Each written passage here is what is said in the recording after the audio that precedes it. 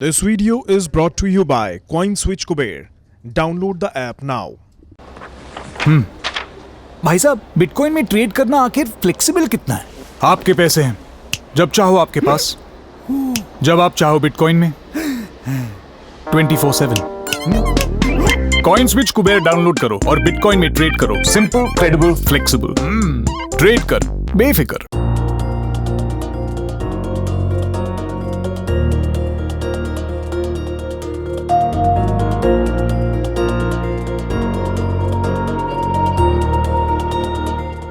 Share बाजार में जारी तेजी को लेकर आरबीआई ने निवेशकों को सावधान और सतर्क रहने की सलाह दी है।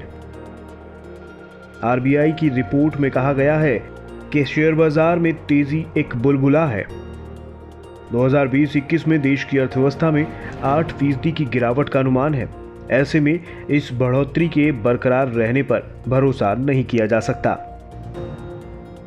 आरबीआई ने अपनी सालाना रिपोर्ट में कहा है कि रियल इकोनॉमी की गतिविधियों में रिकवरी की उम्मीद और तनाव वाली संपत्तियों की कीमतों के बीच काफी बड़ा अंतर है।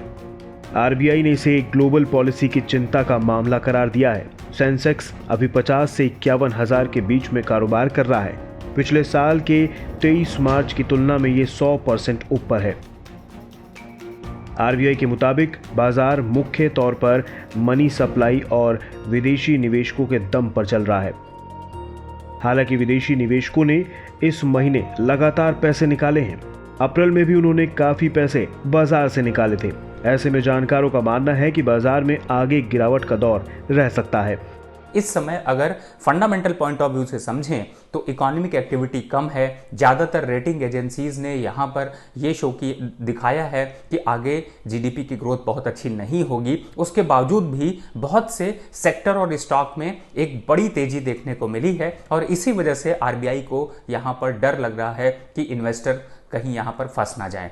फिलहाल स्टॉक मार्केट में जो तेजी है उसमें एक गिरावट का ट्रेंड देखने को मिल सकता है। आगे आने वाले समय में ये तेजी बरकरार नहीं रहेगी। टेक्निकल रुझान देखें तो अभी तेजी का रुझान बाकी है। आने वाले महीनों में यह शेयर बाजार नई ऊंचाइयां छुएगा, ऐसा शेयर बाजार में काम करने वाले लोगों का अनुमान है। और इसका रीजन है इमर्जिंग मार्केट में आ रहा पैसा। डॉलर इंडेक्स भी 90 के आसपास काम कर रहा है और अमेरिका में आर्थिक पैकेज काफ़ी मिला है तो वहाँ पर सरप्लस पैसा भी है और भी बहुत सारी कंट्री से भारत में इन्वेस्टमेंट की प्लानिंग हो रही है। कोरोना काल में जिस तरह से लोगों की इनकम घटी है और स्वास्थ्य पर खर्चा घटा है, उससे शेयर बाजार को लेकर जारी की गई आरबीआई की ये चेतावनी लोगों को नुकसान से बचाने में काफ़ी मददगार होगी। इस बीच शेयर सलाहकार फर्मों ने भी कोविड में अपनों को खो चुके लोगों की शेयर बाजार में फंसी रकम निकलवाने के लिए अनूठी पहल शुरू की है। कोरोना काल में शेयर बाजार के कई निवेशकों की जान चली गई है और उनके परिवारजनों को शेयर बाजार की जानकारी नहीं है। जानकारी के अभाव में उनको आ रही समस्याओं के लिए हमने उनको फोन पर सलाह देने की शुरुआत की है, जिससे वह परिवार अपने परिवारजनों के शेयर बाजार में अटके हुए पैसे निकाल सकता है। तो जाहिर है अगर इसी तरह सरकारी एजेंसियां, कारोबार जगत और आम लोग मिलजुल कर एक दूसरे का सहयोग करेंगे तो महामारी के इस दौर में सबको मुसीबतों से बचाया जा सकेगा। उम्मीद है कि अब लोग सोच समझकर शेयर बाजार में निवेश करेंगे और बिना एक्सपर्ट सलाह के अपनी गाढ़ी कमाई को सुनी सुनाई बातों के आधार पर नहीं फंसाएंगे।